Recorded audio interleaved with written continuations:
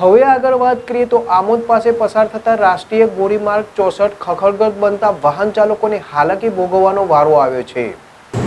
આમોદ પાસેથી પસાર થતા નેશનલ હાઈવે નંબર 64ની કથરેલી હાલત હવે માત્ર અસુવિધા નહીં પણ ભ્રષ્ટાચાર અને બેદરકારીનો જીવતો જાગતો પુરાવો હોવાની લોકમુખે ચર્ચાઓ થઈ રહી છે।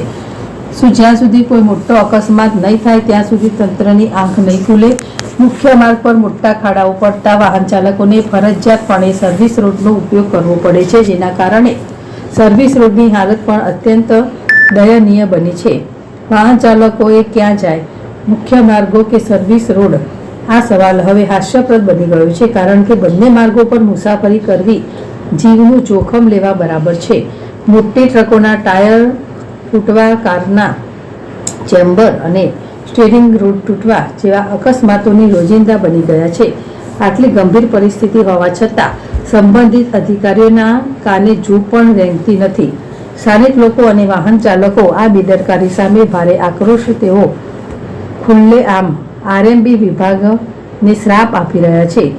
આ રોષ ત્યારે જ શાંત થશે જ્યારે કાગળ પર મંજૂર થયેલા કામો જમીન પર દેખાશે। જો આજ બેદરકારી ચાલુ રહેશે તો સમા હોટલથી ભીમપુરા સુધીનો રોડ પણ તૂટી જશે અને આખો વિસ્તાર જાણે વિકાસના બદલે વિનાશના માર્ગે જઈ રહ્યો હોય તેવું લાગશે। શું તંત્ર કોઈ મોટી દુર્ઘટના થવાની રાહ જોઈ રહ્યું છે? આ પ્રશ્નનો જવાબ જનતા માગે છે। યાકુબ પટેલ, જેડેશ ટીવી, ભરૂચ। કાકા તમારું? મારું નામ છે સઈદભાઈ। ક્યાંથી આવો છો? અમે અંકલેશ્વર તાલુકાથી આવીએ। તો જે આમોદ જંબુસરનો જોડતો માર્ગ છે તો તમે શું કહેશો? અરે બહુ ડેન્જર રસ્તો બની ગયેલો છે અને ખાડા ખબોચિયા બધા કિચડોથી ભરાઈ ગયેલા છે।